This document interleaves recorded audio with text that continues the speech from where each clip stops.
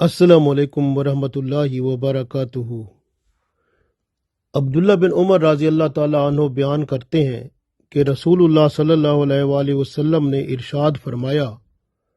کہ ہر نشہ آور چیز شراب ہے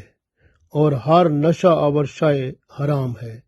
اور جس شخص نے دنیا میں شراب پی لی وہ شراب کا عادی توبہ کیے بغیر اگر مر گیا تو وہ آخرت میں شراب نہیں پیے گا، یعنی وہ جنت میں داخل ہی نہیں ہوگا، تو پھر شراب کیسے پیے گا جنت کی۔ اسی طرح سے ایک اور حدیث ہے نسائی میں، عبداللہ بن عباس رضی اللہ تعالیٰ عنہ راوی ہیں، فرماتے ہیں کہ رسول اللہ صلی اللہ علیہ وسلم فرماتے ہیں کہ شراب کی قلیل مقدار یعنی تھوڑی سی شراب یا اس کی کثیر مقدار سب حرام کر دی گئی ہیں، اور ہر پینے والی چیز جس سے نشہ آئے حرام ہے۔ تو اس کے مطابق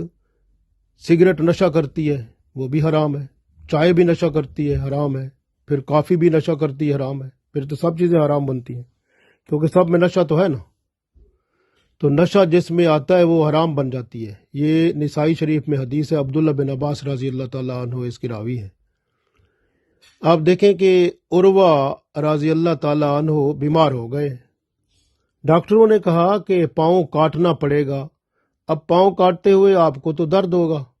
لہذا شراب پی لو، شراب کے نشے میں آپ تھوڑا بے ہوش ہو جاؤ گے تو ہم پاؤں کاٹ دیں گے۔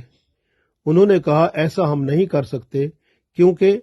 شراب اور ایمان کٹھے نہیں ہو سکتے، یا پھر ایمان رہے گا بندے کے اندر یا پھر شراب بندہ پیے گا، تو شراب اور ایمان کٹھے میرے اندر نہیں رہ سکتے۔ وہ قرآن پڑھنے لگ گئے، قرآن پڑھنے میں اتنے مصروف ہو گئے کہ پاؤں کاٹ دیا گیا اور پتہ بھی نہ چلا۔ یہ ہے لذت اللہ کی یاد کی۔ شراب پیچھے رہ جاتا ہے، لذتیں اللہ کی اتنی زیادہ ہوتی ہیں، بندہ ان میں منہمک ہو جاتا ہے تو بندے کو پتہ بھی نہیں چلتا۔ جس طرح حضرت علی رضی اللہ تعالیٰ عنہ کے ہاں وہ پنڈلی شریف میں جب نیزہ لگا ہوا تھا تو انہوں نے نفل پڑھے تو وہ نیزہ نکال دیا گیا، پتہ بھی نہ چلا، لیکن پہلے نکالتے تھے تو درد ہوتا تھا۔ یہ اللہ والوں کی شان ہوتی ہے۔ یاد رکھیں کہ شراب کی خرید و فروخت بھی حرام ہے۔ اس کا مکمل طور پر حضرت جابر بن عبداللہ رضی اللہ تعالیٰ عنہ نے رسول اللہ صلی اللہ علیہ وآلہ وسلم کو فتح مکہ کے سال فرماتے ہوئے سنا، جب آپ صلی اللہ علیہ وسلم مکہ مکرمہ میں موجود تھے۔ آپ صلی اللہ علیہ وسلم نے فرمایا، صحیح بخاری صحیح مسلم میں یہ حدیث موجود ہے، کہ اللہ تعالیٰ اور اس کے رسول صلی اللہ علیہ وسلم نے شراب، مردار، خنزیر اور بتوں کی بیع کو حرام قرار دے دیا ہے، تو اس لیے یہ سب چیزیں حرام ہیں۔ یاد رکھیں کہ گناہوں سے بچنے والا تیزی سے ترقی کرتا ہے بنسبت پرہیزگار بندے کے۔ پرہیزگار بندہ آہستہ ترقی کرتا ہے، لیکن جو بندہ گناہوں سے بچتا جاتا ہے وہ ترقی تیزی سے کرتا جاتا ہے۔ حضرت طارق بن سوید رضی اللہ تعالی عنہ، یہ حدیث ہے مسلم شریف میں اور مشکات میں 779 نمبر پہ 789 نمبر پہ اس کو روایت کیا گیا ہے، اور طارق بن سوید رضی اللہ تعالیٰ عنہ نے رسول اللہ صلی اللہ علیہ وسلم سے شراب نوشی کے بارے میں پوچھا، آپ صلی اللہ علیہ وسلم نے منع فرمایا۔ پھر انہوں نے کہا کہ ہم شراب دوائی کے طور پر کیا استعمال کر سکتے ہیں؟ رسول اللہ صلی اللہ علیہ وسلم نے فرمایا، یہ دوائی نہیں ہے بلکہ خود ایک یہ بیماری ہے۔ تو ایک اور حدیث ہے جو کہ اس میں رسول اللہ صلی اللہ علیہ وسلم نے فرمایا، اللہ تعالیٰ نے کسی حرام چیز میں شفا نہیں رکھی ہے۔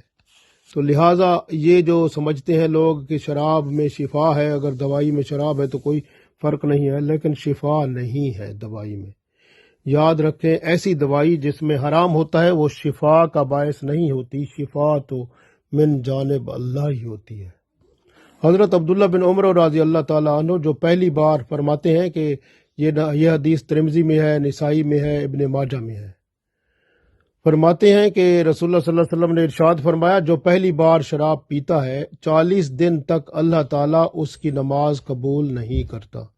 اور اگر وہ خلوص دل سے توبہ کر لیتا ہے تو اللہ تعالیٰ اس کی توبہ قبول فرماتا ہے۔ اس طرح 3 بار اگر وہ شراب پیتا رہتا ہے، ایک بار پیتا ہے، دوسری بار پیتا ہے، تیسری بار پیتا ہے، توبہ نہیں کرتا، تو پھر جب چوتھی بار وہ شراب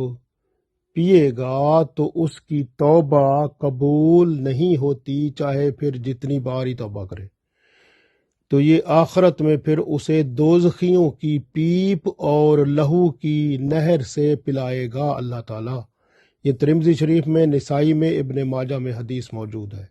یعنی جو بندہ پہلی بار شراب پیتا ہے توبہ نہیں کرتا، پھر دوسری بار پیتا ہے پھر بھی توبہ نہیں کرتا،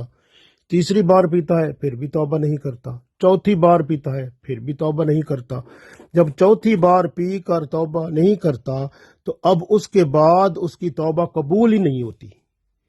یہ حدیث شریف میں نے آپ کو بتائی، ترمذی ہے، نسائی، ابن ماجہ میں، اور عبداللہ بن عمر رضی اللہ تعالیٰ عنہ سے روایت ہے، اور 3644 نمبر پہ موجود ہے۔ تو یہ جو ہے نا، یاد رکھیں کہ اس بندے کی پھر توبہ قبول نہیں ہوتی، اور اللہ تعالیٰ قیامت کے دن اسے دوزخیوں کی پیپ اور لہو اس کو پلائے گا، یاد رکھیں۔ تو اس لیے شراب بہت خطرناک چیز ہے، اللہ نے جب منع کر دیا تو پھر اس سے بندے کو باز آ جانا چاہیے۔ حضرت جابر رضی اللہ تعالیٰ عنہ سے روایت ہے، یہ حدیث جو ہے ترمذی میں، ابو داود میں اور ابن ماجہ میں موجود ہے، کہ جو چیز نشہ لاتی ہے اس کی قلیل ترین مقدار بھی حرام ہے۔ یعنی جو نشہ لانے والی چیز ہے اس کی تھوڑی سی مقدار بھی حرام، وہ بھی حرام ہے۔ تو اللہ نے ایسا حکم فرمایا جو رسول اللہ صلی اللہ علیہ وسلم کی زبانی ہم تک پہنچ گیا۔ شراب پینے سے بندے کو، آپ کو پتہ ہے ویسے بھی کتنی بڑی وہ لیور کی بیماری سائروسس ہو جاتی ہے، پھر دیکھیں کہ ہاضمے کی بیماریاں پیدا ہو جاتی ہیں، یہ جو معدے کا کینسر ہو جاتا ہے، عورتیں پئیں تو بریسٹ کینسر بھی ان کو ہو جاتا ہے۔ اسی طرح سے بندے پینے والے کو ٹریفک ایکسیڈنٹ ہوتے ہیں، اور گھر میں لڑتے ہیں، ہوم وائلنس ہوتی ہے، اور اسی طرح سے لوگ جو ہیں بہت سارے مر جاتے ہیں پی کے، کیونکہ وہ اس کی تھوڑی سی زیادہ مقدار پئیں گے تو واپس نہیں آتے بے ہوشی سے، تو اس طرح سے مر جاتے ہیں۔ اور بعض بندوں کو اورل کینسر ہو جاتا ہے، منہ کے اندر سے جو ہے نا کینسر، وہ پھوڑے نکل آتے ہیں، اور اس طرح سے وہ پیپ بن جاتی ہے۔ اسی طرح سے بعض لوگوں کو سٹروک ہو جاتا ہے، ہارٹ ڈیزیزز ہو جاتی ہیں، یعنی دل کی بیماریاں پیدا ہو جاتی ہیں، اور بعض لوگ ہوتے ہیں جن کو یہ جو ہے مینٹل ہیلتھ پرابلم پیدا ہو جاتے ہیں، یعنی ذہنی طور پر جو ہے نا وہ ایسی بیماریاں ہوتی ہیں کہ دماغی بیماریاں، جس میں وہ گرفتار ہو جاتے ہیں، اور یاداشت جو ہے وہ جاتی رہتی ہے بندے کی، اور اسی طرح سے فرٹیلیٹی ریشو کم ہو جاتا ہے، یعنی بندہ جو ہے بچہ پیدا کرنے کے قابل نہیں رہتا جو شراب زیادہ پیتا ہے۔ اسی طرح سے جو ہے یہ شراب جو ہوتا ہے، یہ ہمارے جو نیورون ہوتے ہیں، جو نروس سسٹم کے جو ہمارا میسج دماغ تک پہنچاتے ہیں، ان کی ڈینڈرائٹس جو ہیں وہاں وہ جو ہے وہ کل ہو جاتی ہیں، وہ مر جاتی ہیں، یعنی کہ اس سے، اور اس طرح سے جو میسج ہوتا ہے وہ دماغ تک نہیں پہنچ پاتا، نروس بریک ڈاؤن ہو جاتا ہے، یعنی دماغی نظام کام نہیں کر پاتا۔ اسی طرح سے آپ دیکھیں کہ اس کے بڑے نقصان ہیں کہ اگر مرد ہے تو اس کے سپرم جو ہے اس کی تعداد کم ہو جاتی ہے، اس کا سائز کم ہو جاتا ہے، اس کی شکل ہی چھوٹی ہو جاتی ہے، اور اس کی حرکت کرنے کی طاقت، موٹیلٹی، وہ بھی کم ہو جاتی ہے۔ اس طرح سے وہ جو ٹیسٹوسٹیرون جو ہارمون ہے وہ بھی تھوڑا نکلتا ہے، اور عورتوں میں جو فولیکل سٹیمولیٹنگ ہارمون ہوتا ہے وہ بھی تھوڑی مقدار میں نکلتا ہے، اور LH ہارمون بھی تھوڑی مقدار میں نکلتا ہے، جبکہ ایسٹروجن جو ہے اس کی مقدار بڑھ جاتی ہے، اور اسی طرح سے بندہ جو ہے پھر بے حیائی اور فحاشی میں پڑ جاتا ہے۔ تو اس لیے جو ہے ہمیشہ اللہ نے جو کام کیا ہے وہ بندے کی سب نفسیات جو ہے اللہ سے بہتر کوئی نہیں جانتا، اس لیے اللہ تعالیٰ نے اس کو، شراب کو، ایک آزمائش بطور دنیا میں رکھا ہے، اور بندوں کو اللہ دیکھنا چاہتا ہے کہ کیا اس سے بندے اپنے آپ کو بچا پاتے ہیں یا نہیں۔ حکم دیا ہے، اب بندوں کے ذہن پہ رکھ دیا ہے کہ ان کی مرضی آئے تو یہ گناہ کریں، نہ آئے تو پھر نہ کریں۔ اگر وہ اسلام پہ ہیں تو وہ نہیں کرنا ہوگا، اگر کریں گے تو پھر گناہ ہے اور اس کی سزا ہے، کیونکہ شراب نوشی کی سزا اسلام میں اس کی حد ہے، یعنی مجرم خود جب اقرار کرتا ہے، اگر نہ اقرار کرے تو 2 معتبر آدمیوں کی شہادت قبول ہوگی، اگر 2 بندے شہادت دے دیں کہ اس بندے نے شراب پی ہے تو پھر اس کو سزا ملے گی۔ اور اسی طرح سے بعض اوقات ایسا بھی ہے کہ اس کی منہ کی بدبو جو ہے اس سے بھی فیصلہ ہو جاتا ہے کہ وہ بندہ شراب پی ہوئی ہے کہ نہیں پی ہوئی۔ اس طرح سے پھر اس کی سزا، شرابی کی سزا جو رسول اللہ صلی اللہ علیہ وسلم نے بتائی تھی وہ 80 کوڑے ہے، یعنی 80 کوڑے شرابی کی سزا ہے۔ لیکن رسول اللہ صلی اللہ علیہ وسلم کے پاس جب شرابی لایا گیا تھا تو آپ صلی اللہ علیہ وسلم نے اسے 40 مرتبہ مارا تھا۔ ایک روایت میں آتا ہے کہ جوتے مبارک سے مارا تھا، اور دوسری روایت میں آتا ہے جو صحیح مسلم میں ہے، اس میں یہ ہے کہ 2 ٹہنیوں سے مارا تھا، یعنی ایک ٹہنی جیسے ہوتی ہے نا یہ اس کی درخت کی، تو اس سے مارا، وہ ٹوٹ گئی، دوسری سے مارا، پھر اس طرح 2 سے 40 دفعہ مارا تھا۔ اور سزا جو ہے اس کی یعنی 80 کوڑے ہے۔ اور اگر وہ بندہ جو ہے جو شراب پیتا ہے ایک دفعہ تو اس کو سزا ملے گی، اگر دوسری دفعہ پیتا ہے تو پھر بھی اس کو سزا ملے گی، تیسری دفعہ پیتا ہے تو اس کو پھر سزا ملے گی، چوتھی دفعہ پیے گا تو پھر اس کی سزا قتل ہے، اس کو قتل کر دیں۔ تو یہ ہے اسلام کا رول، اسلام کی جو حد ہے اس میں شرابی کے بارے میں اللہ تعالیٰ کے رسول صلی اللہ علیہ وسلم نے بتا دی۔ حضرت عمر رضی اللہ تعالیٰ نے اپنے دور خلافت میں شرابی کو جلا وطن بھی کر دیا تھا، نسائی شریف میں یہ حدیث موجود ہے۔ اور اسی طرح سے یاد رکھیں کہ ایک اور حدیث جیسے میں حضرت عبداللہ بن عمر رضی اللہ تعالیٰ عنہ سے روایت ہے کہ جو ہے نا من شرب الخمر فجلدو، یعنی اگر وہ شراب پیتا ہے بندہ تو پھر اس کو کوڑے مارو، ثم ان شربا فجلدو، پھر اگر شراب پیتا ہے تو پھر کوڑے مارو، ثم ان شربا فجلدو، اگر پھر شراب پیتا ہے تو پھر اس کو کوڑے مارو، ثم ان شربا فقتلو، اور اگر چوتھی بار شراب پیتا ہے تو پھر اس کو قتل کر دو۔ یہ نسائی شریف میں حدیث موجود ہے۔ تو اس طرح سے یہ اسلام کا قانون جو ہے وہ شراب کے بارے میں اللہ تعالیٰ نے جو بتایا ہے اس کے اوپر ہمیں عمل کرنا ہے، کہ ہم نے اس بیماری سے، اس تکلیف سے، یہ جو شراب جو ہمارے لیے دنیا میں آپ کو پتہ ہے اس وقت پھیلائی ہوئی ہے، تو یہ جو ہے کافروں کی چال ہے، اور اس کا جب ایسی چیز جس کی اسلام میں اجازت نہ ہو، حرام ہو،